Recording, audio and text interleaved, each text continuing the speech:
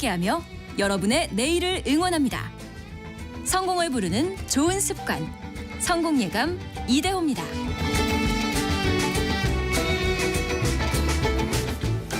성공예감 이대호입니다. 2부를 시작하겠습니다. 10시 5분 금방 돌아왔습니다. 경제상식 퀴즈 정답부터 말씀을 드려야 되는데, 아니 이거를 좋아하신다는 분이 왜 이렇게 많죠? 이거 좋아하시면 안 되는데. 동전주입니다. 동전주. 그러니까 1,000원도 되지 않는, 지폐만큼의 가치도 되지 않는 주식. 미국에서는 1달러도 되지 않는 주식. 뭐 페니주라고도 하고 우리나라는 동전주라고도 하는데요. 많이들 맞춰주셨는데 8814님이 거의 20년 전에 지인 말만 듣고 동전주 겁없이 샀다가 휴지 조각이 됐어요. 유유라고. 덤프 기사님은 동전주를 샀었는데 30% 급락 이후에 10배로 주식 합병을 했네요. 가격만 오른다고 근본이 어디 가려나요? 라고 이야기를 해주셨고요. 맞습니다. 그래서 주가 떨어지면 액면 병합이라고 하는데, 뭐 주식 병합을 해놓으면 뭐 그냥 100원짜리 10개 모아서 1,000원이 되는 거여서요. 100원짜리 10개나 1,000원짜리 하나 똑같지 않습니까? 근데 주식은 또 그렇게 해놓으면 사람들이 잘 속죠. 잘 속습니다. 그래서 본질을 봐야 됩니다. 본질을. 조수성님, 주식 이야기하면 가슴이 너무 아프네요. 주식창을 볼 때마다 내가 왜 어리석게 주식을 했을까? 후회 막심이네요. 라고 보내주셨고요. 근데 0060님도 0060님, 제 주식을 분명 지폐주일 때 투자했는데 이제는 동전주가 됐습니다. 라고 또. 근데 이게 동전주 좋아하시는 분들은요, 계속 동전주를 좋아하십니다. 또 어떤 제 지인이 그런 이야기를 하더라고요. 야 대우야, 나는 왜 이렇게 주식을 사면 거래 정지를 많이 당하고 상장 폐지를 많이 당하는 거냐. 벌써 3번이나 경험했다. 근데 제가 딱 한마디 했습니다. 형님이 맨날 동전주만 사잖아요. 그러니까 본인이 지뢰밭에 딱 들어가 있고 맨날 지뢰밭에서 뛰어놀면서 나는 왜 이렇게 자주 지뢰를 밟는 거야? 라고 얘기하는 거랑 똑같지 않습니까? 그래서 기업의 좀 본질을, 이른바 펀더멘털이라고 하는 기업의 기초 체력, 또 수익성, 성장성 직접 따져보면서 안전한 투자를 하시기 바라겠습니다. 여러분의 의견, 짧은 문자 50원, 긴 문자 100원이 드는 샵 9730으로 계속해서 많이도 보내주세요. 오늘 증시 상황은 좋습니다. 코스닥이 1.1% 올라서 822까지 올라 있고요. 코스피는 0.8% 올라서 2512까지 올라 있습니다. 뉴욕 시장에서 뭐 반도체 AI 관련주들이 좋았었는데 우리 시장에도 그 훈풍이 좀 이어지고 있네요. 원달러 환율은 최근에 1320원대까지 올랐었는데 1307원, 1307.8원까지 오늘은 조금 내려오고 있습니다. 여러분 혹시 계절 바뀔 때마다 그런 생각 안 해보셨나요? 겨울인데 나 입을 옷이 하나도 없어. 또 여름 되면 여름인데 입을 옷이 하나도 없어. 그때마다 저희 어머니는 말씀을 하셨죠. 그럼 작년엔 빨개 벗고 다녔냐? 해서 왜 항상 옷장에 옷은 가득한데 왜 이렇게 입을 옷이 없을까요? 근데 따지고 보면은 우리가 이렇게 옷을 많이 사고 많이 버리는 행위 자체가 지구를 병들게 한다고 합니다. 환경을 가장 오염시키는 산업 2위가 옷, 패션 산업이었다는 말도 있고요. 그러면 우리는 옷을 어떻게 입어야 할지 따져보죠. 옷을 사지 않기로 했습니다라는 책이 나왔네요. 이 책을 쓴 이소연 작가와 함께합니다. 안녕하세요, 작가님. 안녕하세요. 옷을 안 사세요? 네, 새 옷을 사지 않고 있습니다. 새 옷을 사지 않는다? 네. 그러면? 중고 옷은 가끔 필요한 경우 사고. 근데 최근에는 몇 년 동안 새 옷을 안 사셨어요? 마지막으로 새 옷 사신 게 언제예요? 제가 대충 셈을 해봤을 때 약 5년 전 정도가 제가 새 옷을 마지막으로 샀던 때더라고요. 그래서 5년 전에 새 옷을 사보고. 네. 그래요? 근데 지금도 옷을 뭔가 사기는 사지만 네, 새 필요한 옷은 경우 아니고? 네, 최대한 안 사고 좀 견딜 수 있는 팁들을 나름대로 생각해내긴 했지만 사야 되는 경우에는 뭐 중고 거래로 한다거나 옷을 나눔을 한다거나 나눔을 받아온다던가 이렇게 하고 있지만 최대한 새 옷을 제가 구매하진 않아 보려고 노력한 지 5년 정도 됐습니다. 그럼 본인의 경험과 또 여러 가지 이제 공부하고 리서치한 내용을 바탕으로 책까지 내셨어요. 네, 도대체 맞아요. 어떤 분이길래 책까지 냈는지 제가 한번 들어볼게요. 근데 죄송합니다만 뒤에 의자에 아까 입고 오신 가죽 잠바를 걸어 놓으셨는데 네. 좀 비싸 보이는데요? 이게 맞아요. 이게 제가 되게 화려해 보이는 가죽 자켓이라 네. 이 옷을 사지 않기로 했습니다. 책이랑 좀 안 어울리는 거 아닌가. 저 이거 또 동물 보호 문제도 있고. 네. 그런 질문을 주시는 분들도 많이 계신데 네. 이거는 이제 저희 엄마가 제가 한 3-4살쯤에 네? 입으셨던 가죽 자켓이에요. 그럼 거의 한 20여 년 전에. 한 30년 정도 됐어요. 그래서 엄마가 그때부터 야. 입으셨고 관리를 되게 잘 해주셔서 제가 이제 뺏어서 입기 시작한 지 좀 몇 년 됐습니다. 30년이 된 그쵸. 엄마의 가죽 자켓을 지금 입고 있는. 네. 야, 대단하시다. 사실 이 옷도 엄마가 입으셨던 아침 블라우스예요. 요거는 한 10몇 년, 20년 정도 된 것 같아요. 제가 초등학교 때 같이 샀다고 하더라고요. 그래서 그렇게 엄마 옷, 친구 옷 이렇게 나눠 입으면서 5년째 새 옷 사지 않기를 이제 실천해오고 있습니다. 근데 5년째는 이제 새 옷을 안 사셨지만 예전에는 새 옷을 많이 좀 사셨다면서요. 엄청 샀죠.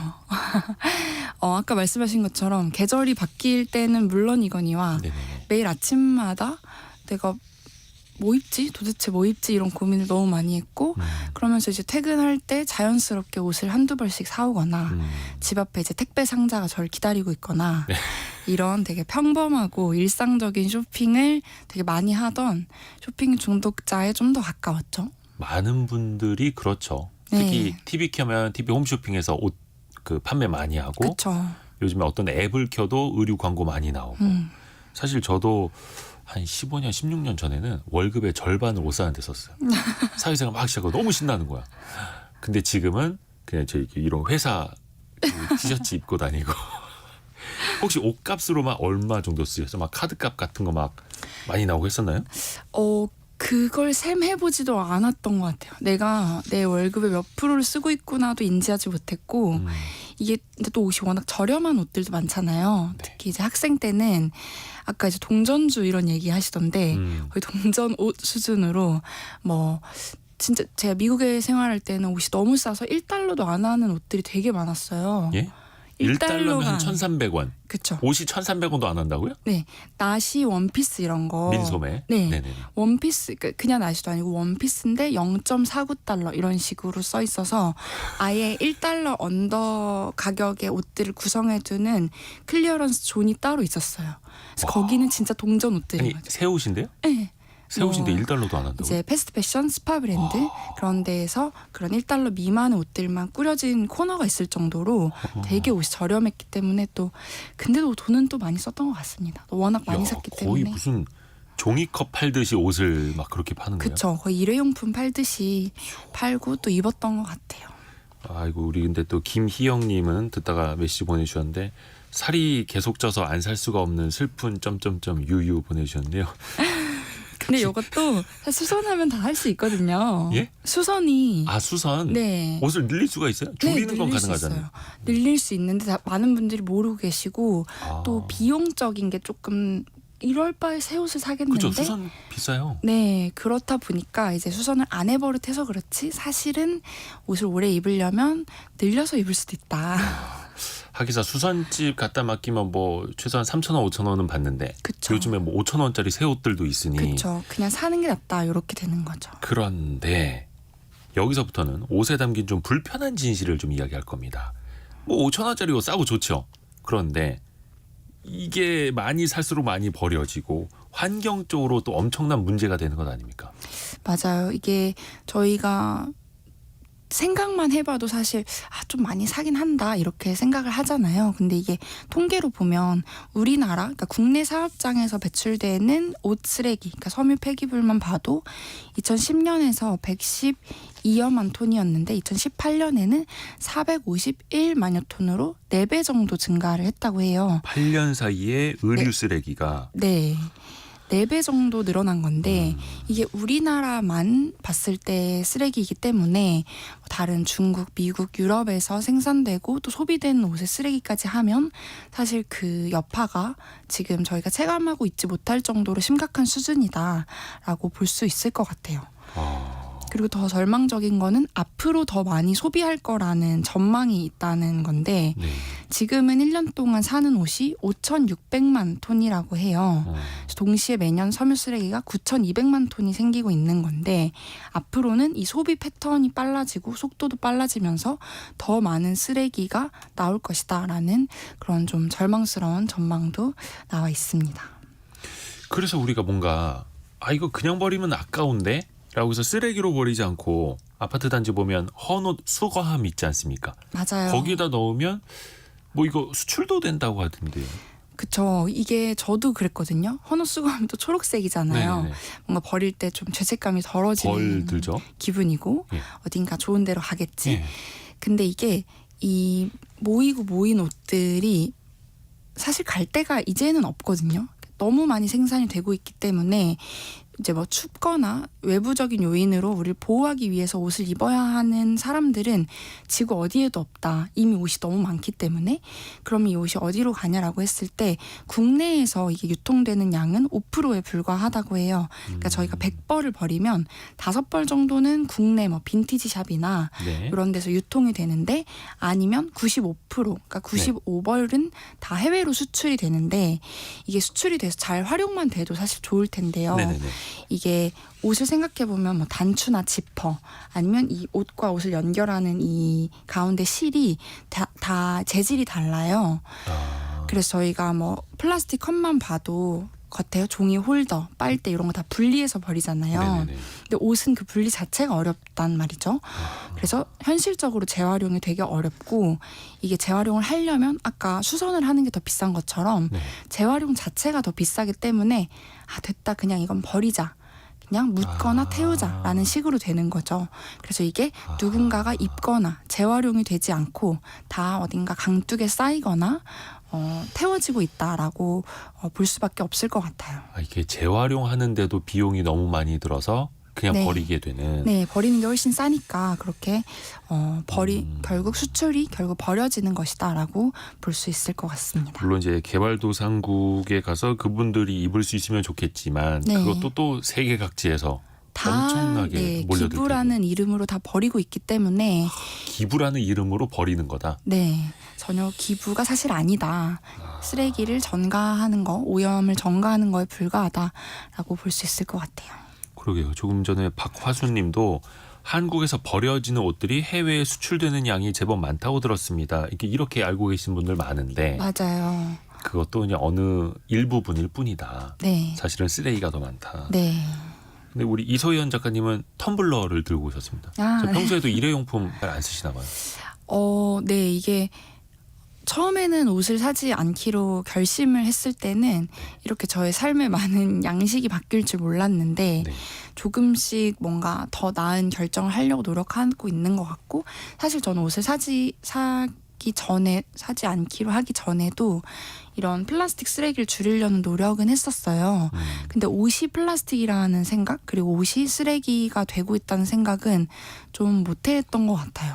그래서 이런 실천을 하시는 분들 중에서도 아마 옷의 소비에 대해서는 생각을 해본 적이 없지 않을까. 워낙 화려하고 예쁘기 때문에 이게 환경 문제가 될 거라고는 생각을 못했던 것 같아요. 근데 요즘에 보면은 그 천연 소재 옷보다는 합성 소재 옷들이 되게 많지 않습니까? 네네. 근데 이게 미세 플라스틱을 또 유발한다는 그런 얘기도 있더라고요. 맞아요. 그 옷을 사실 만들고 폐기하는 과정, 네. 그러니까 플라스틱이 분해되는 과정에서 미세 플라스틱이 나오는 건 저희가 어느 정도 인지하고 있는 사실이잖아요. 네네네. 그러겠거니 하고. 네. 근데 사실은 옷은 매일 세탁을 하잖아요. 그렇죠. 근데 세탁기에서 미세 플라스틱이 필터가 되는 기술이 없고 그럴 필요성도 못 느꼈기 때문에 너무 미세하니까. 네. 예. 그리고 이게 사실 플라스틱이랑 같은 석유에서 뽑아낸 합성 섬유라는 걸 모르시는 분들도 많으세요. 그러니까 옷이 플라스틱인가? 옷이 그렇게까지 나쁜가? 이렇게 생각하시는 분들이 많은데 네. 사실 플라스틱을 매일 그런 세탁기에서 빠르게 뜨거운 물로 돌린다고 생각해 보면 그 과정에서 당연히 다량의 미세 플라스틱이 나올 수밖에 없고 그게 하수구로 가는 거죠. 그렇죠. 그리고 그게 돌고 돌아 저희가 먹고 또 어. 사용하는 이 물로 네, 오기 때문에 옷을 입고 자주 세탁하고 이런 과정 자체가 사실은 우리가 살아가는 생태계를 좀 오염시키고 있다. 이렇게 볼 수 있겠습니다. 이야. 그래서 이게 환경적인 문제가 굉장히 심각하다라는 거 우리가 깨달아야 되는 거고요. 그런데 환경 말고도 우리가 이제 옷을 좀 덜 사야 하는 또 다른 이유가 있다고요. 맞아요. 제가 처음에 옷을 못 사겠다라고 생각을 했던 거는 사실 어떤 그 방글라데시에서 있었던 사건을 보고 좀 경각심을 가지게 됐는데 네. 그게 2014년에 라나플라자라는 공장이 무너진 사건이었어요. 공장이 무너졌다고요? 네. 근데 그 공장에서는 뭐 H&M이나 포에버 21이나 우리가 평소에 자주 사던 그런 패스트 패션 브랜드가 네. 옷을 이제 요청한 그런 공장이었고 공장 자체가 그 불법 증축이 돼서 위에 이제 건물을 많이 쌓아서 최대한 생산량을 높이려고 했던 그런 공장이었는데 그게 이제 어느 날 밖에서 봤을 때도 되게 선명해 보이게 금이 있었는데도 노동자들에게 들어가서 일을 해라. 안 무너지니까 일을 해라라고 했는데 결국 그날 그게 무너져서 1,200여 명이 사망하는 일이 1,200여 명이요? 네. 사망하는 일이 있었어요. 근데 제가 더 충격적이었던 건 저랑 비슷해 보이더라고요. 그 생존자로 나오신 노동자분들의 나이대가 저와 비슷한 또래, 특히 여성 노동자들이 되게 많았고 그걸 보면서 저는 제가 그 2014년이 제 대학생 때 한참 쇼핑 많이 할 때였거든요. 네. 5,000원짜리, 10,000원짜리 그런 걸 사던 것도 나였는데 이걸 만들던 분들도 이런 나와 비슷한 나이 또래의 또 같은 성별의 노동자였구나 이런 게 되게 충격적이었던 것 같고 그 값싼 옷이 가능하려면 누군가를 대상으로 착취가 이루어져야 하는 건가 이런 좀 충격적인 발견을 하게 돼서 이게 꼭 환경적인 문제뿐만 아니라 인권이나 노동권과도 되게 밀접하게 연관이 되어 있는 그런 소재였구나라는 생각이 들었던 것 같아요. 사실 우리나라도 거의 한 40년 전, 50년 전에도 많이 겪었던 일입니다. 그쵸. 공장 노동자들. 그래서 그 미싱은 잘도 돈에 도라가는 그런 노동가가 나왔던 시절이 있었고 이게 개발도상국에서는 노동력의 착취, 네. 인권 문제랑도 이어지는 일이고요. 또 환경 문제는 또 앞에서도 짚어드렸고 박미영 님이 예전에 다큐멘터리에서 옷이 섬처럼 섬 수준으로 쌓여 있는 거 보고 옷 구매를 10분의 1로 줄였다고 말씀을 해주셨고요. 그리고 아까 박재만님 다큐멘터리에서 코끼리가 옷을 먹고 죽는 걸 보셨다고. 예, 얼마 전에 그 KBS에서 다큐멘터리 그 보여준 적이 있는데 저도 그거 되게 충격이었습니다. 그래서 환경도 지켜야 되고 뭐 알겠는데 이게 인간의 본성상 자꾸만 옷이 필요하게 느껴집니다 우리가. 맞아요. 왜 그럴까요? 이게 뭐 예쁜 옷 입고 잘 보이고 싶고 그런 거는 있습니다만 우리는 왜 이렇게 자꾸 옷을 사게 될까요? 저도 이제 옷을 사지 않아야겠다라고 했을 때 너무 많은 유혹들이 스스로 있는 거예요. 주변에. 네. 저것도 예뻐 보이는 내가 예뻐 보이고 싶은 게 내 잘못인가? 옛날에도 이렇게 이렇게 청동 시대 때도 거울을 만들어서 내가 그러니까 필요하지 않아도 이걸 어떤 권력의 수단으로 뽐내거나 나의 이 수준을 드러내기 위해서 이렇게 꾸몄다고 하는데 그럼 꾸미는 것 자체는 인간의 본성이지 않을까?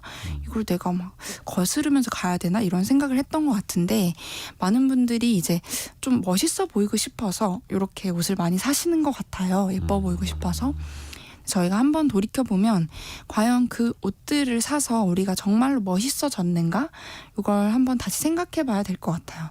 그러니까 제가 공부하고 또 탐구했던 그런 인권 문제라던가 환경 문제라던가 그 옷을 염색하는 과정에서 강가가 물드는 그런 장면을 본다거나 그랬을 때 저는 제가 그동안 멋있다고 생각했던 게 어쩌면 멋있는 게 아니었을 수도 있겠다.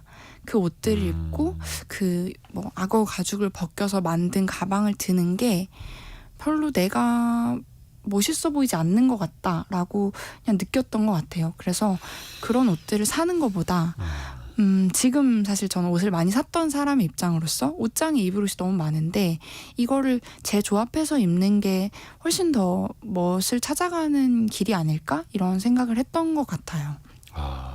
그래서 기본적으로 우리가 멋있어 보이려고 옷을 사지만 정말 그 옷을 입음으로써 멋있어지는가는 다시 생각해 봐야 될 것 같고, 또 되게 사람들이 가장 착각하는 게 이게 합리적인 소비다 라고 착각하는 거예요.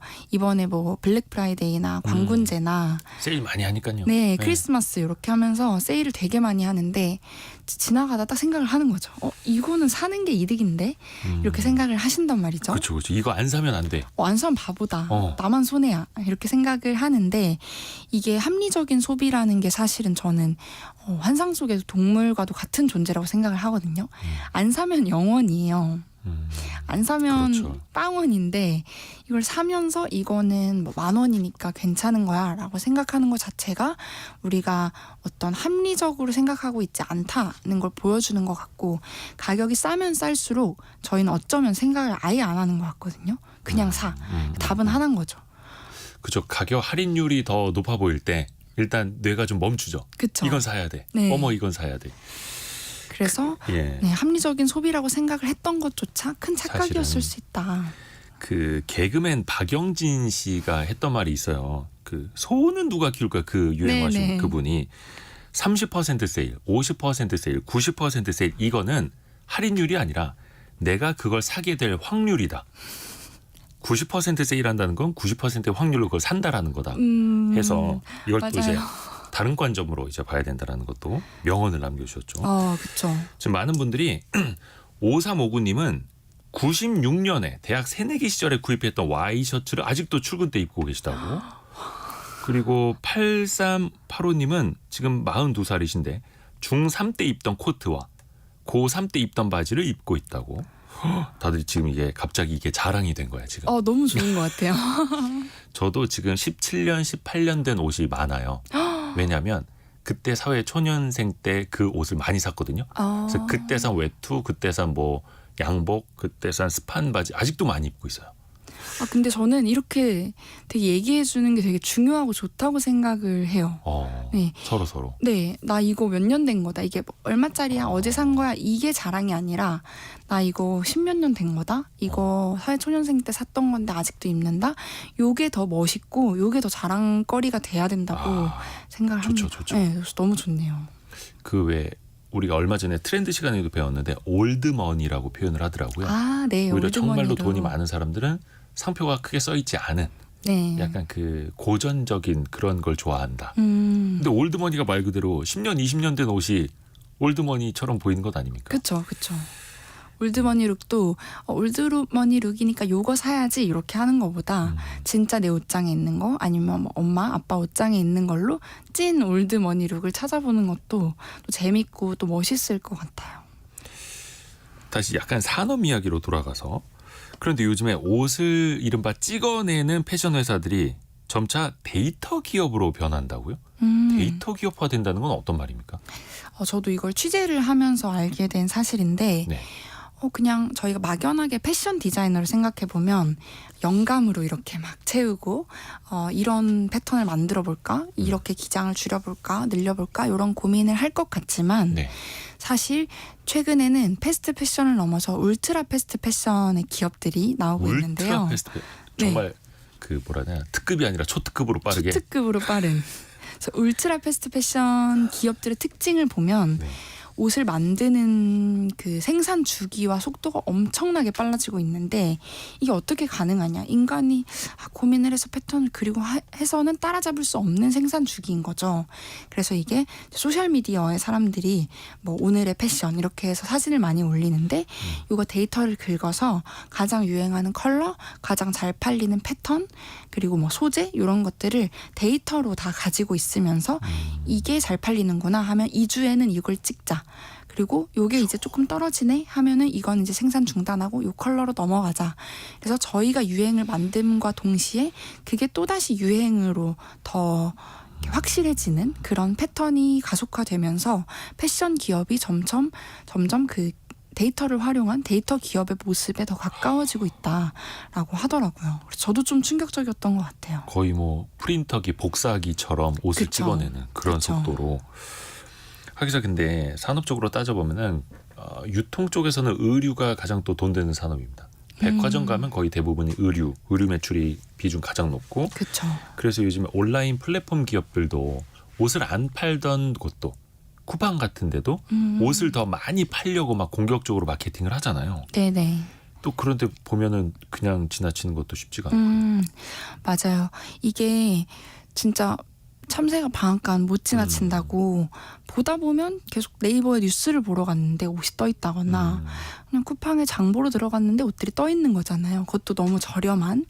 그래서 이런 플랫폼들이 심지어 패션 플랫폼도 문제인데 패션 플랫폼도 아니었던 커머스들이 옷을 이제 판매를 적극적으로 하기 시작하면서 소비자들 입장에서는 더 많은 제품들을 살 수 있게 된 거고 또 나아가서는 예전에는 전국에 딱 하나만 있거나 아니면 요 브랜드는 일본에 가야만 볼 수 있다. 이런 브랜드들, 로컬 브랜드들이 있었는데 이걸 플랫폼에서 이제 수주를 해서 팔기 시작하면서 온라인 주문이 가능해지고 또 사람들 입장에서는 와, 이 디자이너 옷 한번 입어보고 싶었는데 이렇게 싸게 또 구매를 그냥 클릭 한 번만으로 할 수 있네. 그래서 되게 접근 자체가 용이해진 거거든요. 그래서 더 소비량이 더 많아질 수밖에 없는 구조가 되고 있는 것 같습니다. 근데 지금 저희가 옷을 사지 않기로 했습니다라는 책을 쓰신 이소연 작가랑 함께하고 있는데 지금 화나신 분이 있습니다. 지금 항의 문자 메시지가 들어왔는데 네네. 8458님이 옷가게를 운영하고 있는 사람으로서 요즘 장사도 너무 안 되는데 이런 방송까지 해야 되느냐.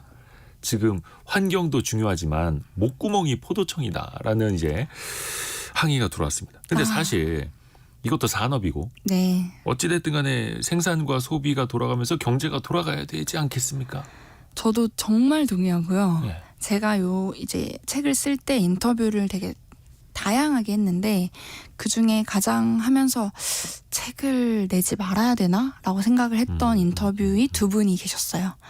한 분은 벤더사에서 근무하셨던 디자이너 분이셨는데 그러니까 의류 브랜드의 협력사. 네네. 예. 제조 협력사에서 근무하시는 디자이너였는데 패스트 패션은 건들지 마라.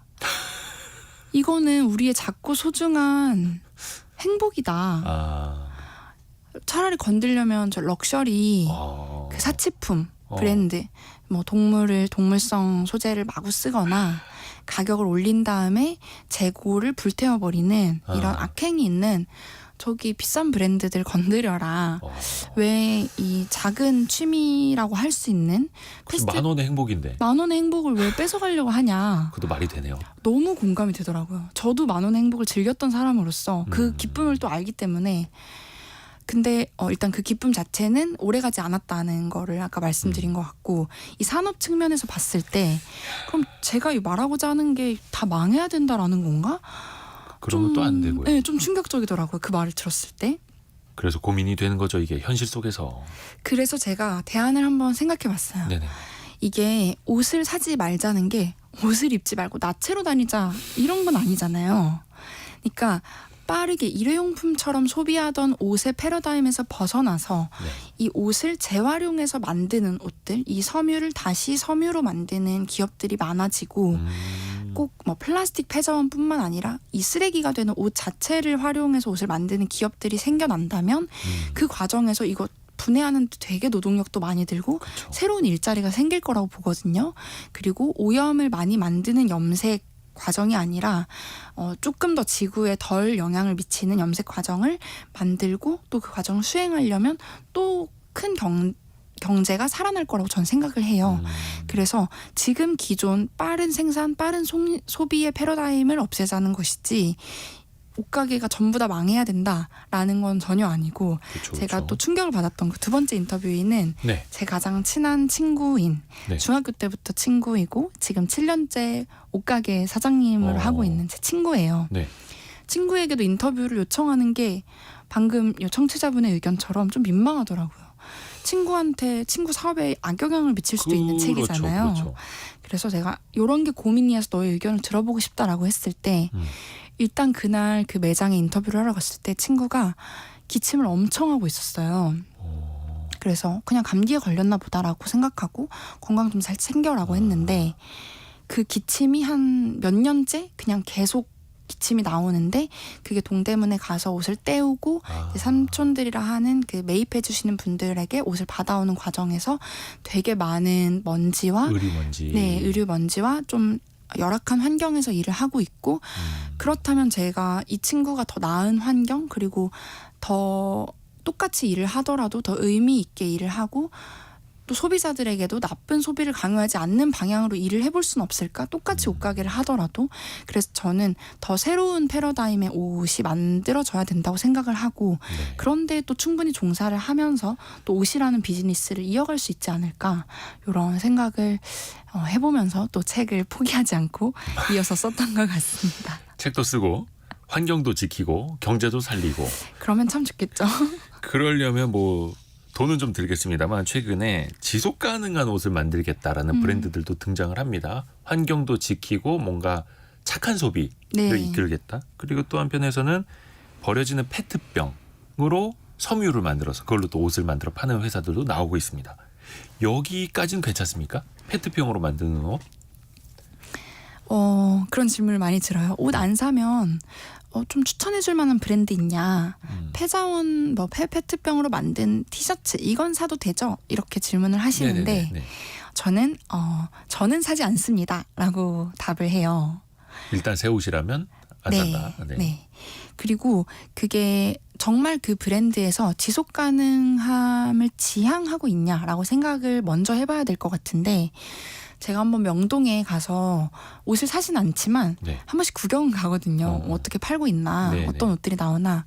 근데 벽면 한쪽이 싹 다 폐기물로 이렇게 채워져 있고 우린 지속 가능을 위해서 이렇게 노력하고 있다. 과정을 쭉 써두시고 그쪽에 옷을 팔아도 되는 매대에 다 그걸 전시를 해놓으셨더라고요. 네네네. 이 패스트 패션 브랜드에서. 그래서 와 여기 좀 변하려고 하나 보다 해서 제가 좀 찾아봤어요. 근데 팔고 있는 옷들 중에 5% 이하가 그 지속 가능한 방식으로 만들어진 옷이었고 나머지 95%는 그냥 빨리빨리 만드는. 네, 빠른 생산으로 만들어진 옷이었어서 사람들이 여기 좀 지속 가능함을 고민하는 브랜드네 라고 그 옷을 사기에는 옵션 자체가 많지 않고 또 그렇게 하기에는 저는 그린워싱이니까 친환경이 아닌데 친환경인 척 하면서 소비를 촉진하는 그런 또 하나의 마케팅 수단에 더 가깝다라고 느꼈던 것 같아요. 그린워싱이라는 거는 친환경을 표방하는 약간 겉으로 무늬만 친환경 약간 네. 이런 걸로 이제 비판을 할 수 있는 하나의 포인트이기도 한데 어찌됐든 간에 또 기업 입장에서는 아직까지 단가가 안 맞는다. 맞아요. 똑같은 디자인에 똑같은 색상의 옷이 한쪽에서는 5,000원이고 친환경으로 만들면 3만 원이면 그럼 소비자들이 뭘 사가겠느냐 또 이럴 거 아닙니까? 맞아요. 그래서 결국에는 그 제도를 따르는 기업들이 너무 비싼 단가로 판매하지 않도록 이게 더 고도화돼서 가격의 그 수준도 맞아야 될 것 같고 그렇죠. 그래야 소비자들이 내가 친환경이라는 이유로 돈을 더 내야 돼? 난 먹고 살기도 바쁜데 친환경 소비까지 하면서 돈을 더 써야 돼? 하는 어쩌면 좀 부당하다고 생각하는 부담감도 좀 줄어들지 않을까 이런 생각을 하는 것 같아요.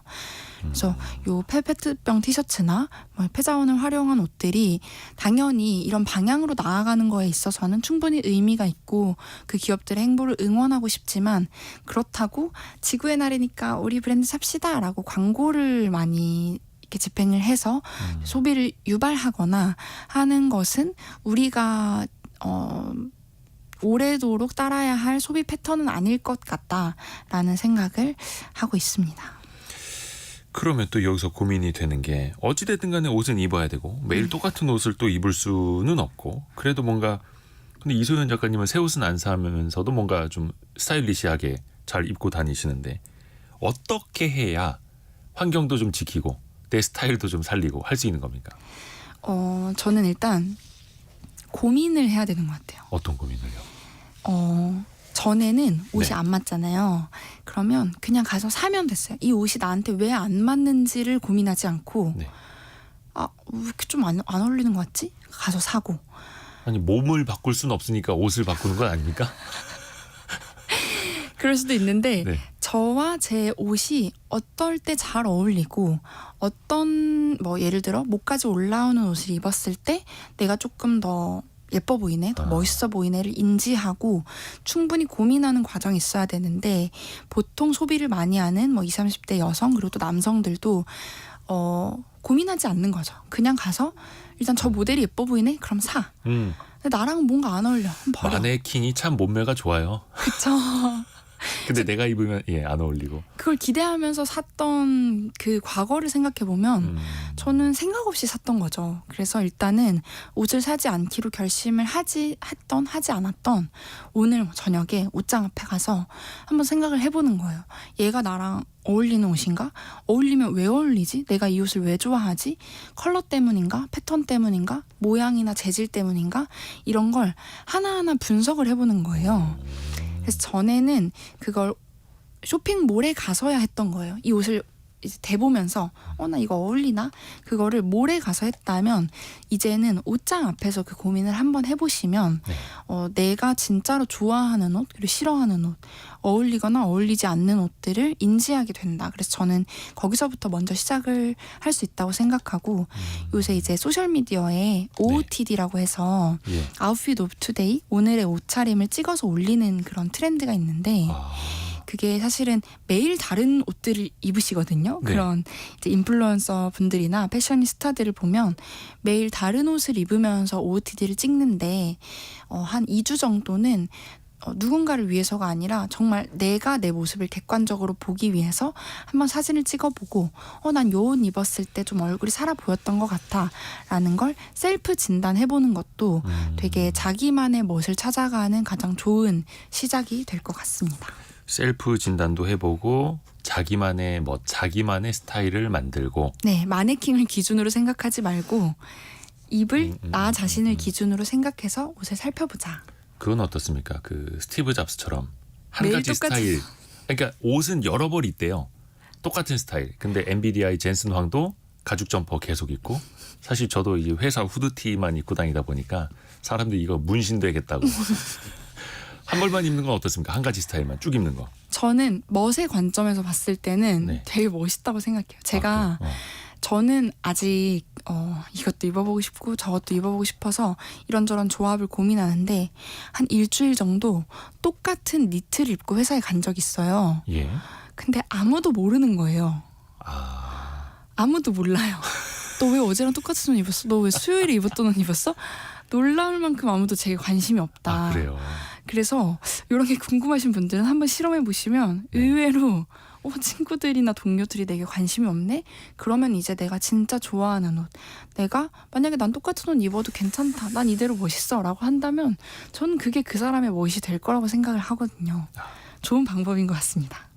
그죠. 그래서 본인의 스타일을 살리면 되지 계속 그냥 뭐 마케팅에 휩쓸리면서 옷을 여러 벌 살 필요는 없다. 네. 장현희 님이 패션의 완성은 결국 얼굴과 몸매 아닌가요? 라는 의견 주셨고요. 넘어갈게요. 이건. 또 중요한 거. 저희가 며칠 전에도 정리하는 습관에 대해서 좀 이야기를 한 적이 있거든요.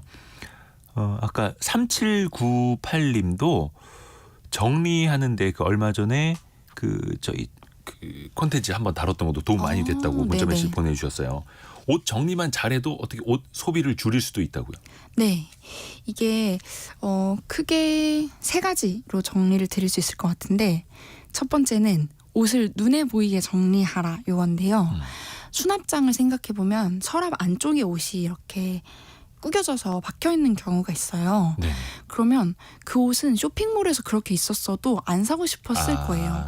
그래서 얘를 보기 좋게 옷걸이나 바지걸이에 걸어서 내가 언제든지 요거랑 요거랑 매치해볼 수 있겠다라고 되게 쉽게 가져다 볼 수 있게끔 눈에 보이게 또 손에 잡히게 정리를 하는 게 첫 번째로 중요할 것 같고 두 번째로 난 이미 이렇게 정리돼 있다. 내 옷장은 이미 옷걸이, 바지걸이에 정리돼 있다라고 한다면 옷과 기념품을 구분하라. 요거를 좀 말씀드리는데 아침에 나 출근하는데 입을 옷 없어. 네. 근데 보면 옷장에 옷 가득 차 있거든요. 분명 옷은 있어요. 있기는 있는데 입을 옷이 없죠.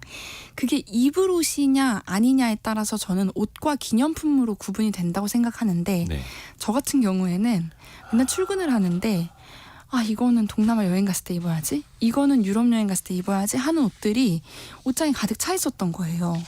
얘는 옷이 아니죠. 옷이 아니고 뭔가 기념품 같은. 1년에 한 번 입을 옷들인데 옷장을 차지하고 있으니까 이게 짜증만 나고 옷이 이렇게 많은데 왜 입을 옷이 없어?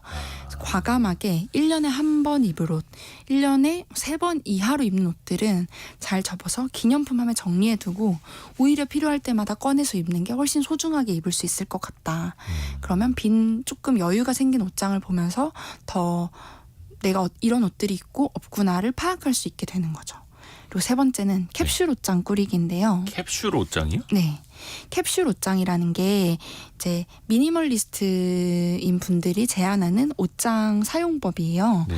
그래서 지금 뭐 옷장이 한 방을 다 차지할 정도로 많은 분들도 있으실 텐데 네. 특히 그런 분들한테 도움이 될 것 같은 게 그걸 다 옷장으로 보는 게 아니고 행거를 뭐 작게 하나 설치를 해서 옷을 한 10벌에서 한 15벌 정도로만 꾸려서 거기에 들어갈 옷들을 엄선해보는 거예요. 저희가 여행을 갈 때 캐리어에 되게 단촐하게 옷을 가져가도 옷을 이렇게 저렇게 조합을 해서 잘 입는단 말이죠.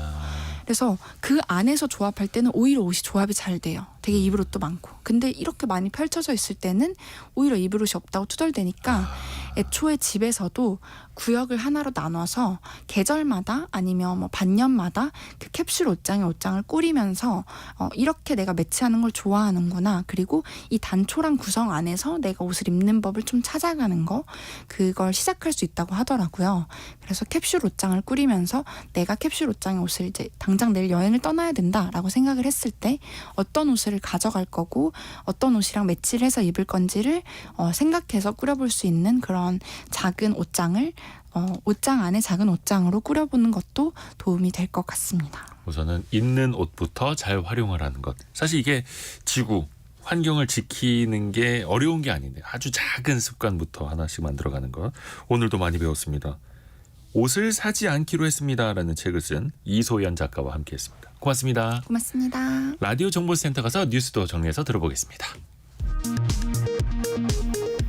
수출이 1년 2개월 만에 증가세로 전환하고 수입은 소폭 줄어들면서 10월 경상수지가 68억 달러 흑자로 집계됐습니다. 이로써 6개월 연속 흑자 기조를 이어갔지만 올해 들어 10월까지 누적 경상수지 흑자 규모는 작년 같은 기간의 85% 수준입니다. 정부는 지난 6일 전북 익산의 닭농장 2곳에서 나온 조류 인플루엔자 항원이 고병원성으로 확인됨에 따라 확산 위험이 커졌다고 보고 예방적 살처분 범위를 확대하기로 했습니다. 아파트에 전기자동차 충전시설을 설치할 땐 놀이터에서 20m 이상 멀리하는 등의 안전요령을 담은 매뉴얼이 나왔습니다. 국토교통부와 LH는 공동주택 전기자동차 화재 대응 매뉴얼을 발간하고 오는 11일부터 배포한다고 밝혔습니다. 가상화폐 테라 루나 폭락 사태의 핵심 인물인 권도형 테라폼랩스 대표가 몬테네그로 당국에 의해 미국으로 송환될 것이라고 월스트리트 저널이 보도했습니다. 지금까지 라디오 정보센터 조진주였습니다. 여러분의 질문을 저희가 감사하게 받고 있습니다. 콘텐츠가 되니까요. 애프터 서비스로 저희가 풀이를 해드립니다. 오늘은 곽지현 리포터와 함께합니다. 안녕하세요. 네, 안녕하세요. 첫 번째 질문은요. 네, 9124번님이 보내셨습니다. 자율주행 차량 교통사고가 나면은 책임 소재는 어떤지 궁금합니다 하셨는데요. 네. 그럼 이에 대해서 전문가의 설명 한번 들어보죠. 오늘 도움 말씀 주실 분은요. 대림대학교 자동차학과 김필수 교수입니다. 우선적으로는 차한테 책임을 물을 수 있기 때문에 그 해당되는 보험을 통해서 보상을 받는 게 1차적인 수순이고, 그 다음에는 이제 원인이 무엇인지를 밝혀서 구상권을 청구한다든지 그 후속 조치가 이루어지는 게 일반적인 관행이라고 볼 수가 있습니다. 굉장히 복잡한 것이 기술의 완성도도 중요하지만은 우리가 사람 중심이었는데 이걸 자율주행 한 대 한 대에다가 책임을 묻는 법적 인격제 정식으로 바꾸는 것도 납득하기 어려운 과정이라고 볼 수가 있습니다. 또 보험제도도 차에다가 책임을 1차적으로 물어서 보상을 받는 구조로 1차적으로 바꿔야 되기 때문에 이 구조 바꾸는 것이 굉장히 오래 걸리고, 미국 같은 데는 우리보다 앞서서 법과 제도를 일찍 시작을 했지만은 아직도 이 논거라든지 법적 체계적으로 바꾸는 것도 굉장히 좀 어려운 부분이 있고, 우리는 늦게 시작을 했는데 논란이 굉장히 많아요. 그러다 보니까 또 이 보험 체계 자체도 만드는데도 상당히 지금 고민이 많았던 상황이어서 사고가 생기지 말아야 되지만은 100%라는 보장은 없기 때문에 더더욱 고민되는 사항이 앞으로 더 많을 것으로 보고 있습니다. 자율주행 관련된 질문들이 되게 많이 들어왔나 보네요. 네, 그래서 이어서 7262번님도 보내셨는데요. 자율주행 버스 지금 시험 그 운행 그 주행 마치면은 주간에도 버스 기사 없이 실제로 운행할 수 있을까요?라고 보내셨는데요. 그러니까 안전만 보장되면요, 100% 보장이 되면은 야간 외에도 주간에도 이렇게 운행할 것으로 보입니다. 그러니까 물론 이렇게 자율주행 자동차는 현재 그 서울 상암에서 이 정해진 노선을 운행하는 셔틀버스가 다니고 있고요. 또 강남에서는 지난 1년 동안 그 로봇 택시가 운행했었죠. 이 승객의 출발지하고 목적지 그 사이에서만 운행을 했었고요. 네. 또 지난 월요일부터는 이 서울에서 심야 자율주행 버스가 운행되고 있습니다. 그래서 전자석 안전벨트 매셔야 되고요. 입석은 금지입니다. 네. 과연 이렇게 자율주행 버스 운행 전문가들은 어떻게 보는지 다시 김필수 교수의 설명입니다.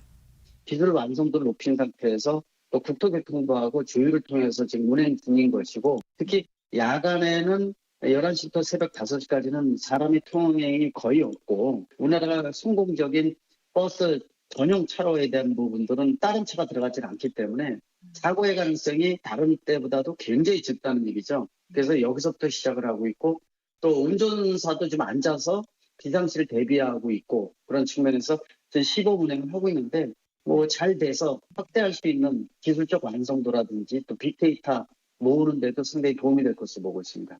네, 다음 질문은요. 네, 2526번님, 소비자 물가 3.0%라면은 지난달 기준으로 3.0%가 인상된 건가요? 그렇죠. 자, 그런데 몇 가지만 설명드릴게요. 일단은 그 인상이라고 물어보셨는데, 인상은 사람이 인위적으로 올린 걸 인상이라고 하고요. 네. 그냥 자연스럽게 올라간 게 이제 상승. 그래서 소비자 물가가 상승했다. 근데 조금 더 정확하게 말하면 소비자 물가 지수가 상승했다라는 겁니다. 통계청에서 458개의 품목을 바탕으로 해서 각각의 그 비중을 좀 두고요. 그 물가들을 조사를 해서 1년 전에 비해서 혹은 한 달 전에 비해서 어떻게 변했는지를 조사하는데요. 그게 소비자 물가 지수입니다. 2020년을 100으로 기준으로 잡고요. 2022년 11월, 그러니까 작년 11월에 109.1이었어요.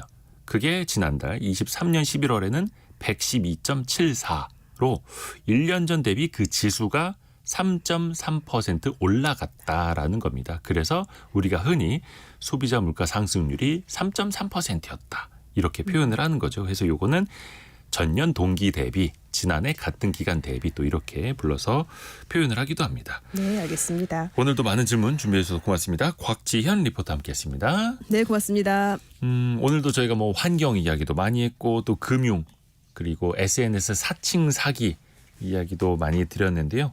지켜야 될 게 많습니다. 우리 돈도, 우리 소중한 자산도, 그리고 우리의 소중한 뭐 초상권 같은 것도 지켜야 되고 나아가서 환경도 지켜야 되겠고요. 그러려면 또 많은 분들이 배우시고 공감하시는 것도 되게 중요해 보입니다. 항상 여러분과 같이 공감하겠습니다. 성공예감 이대호입니다. 여기서 마치고요. 성공예감은 오늘도 여러분을 응원합니다.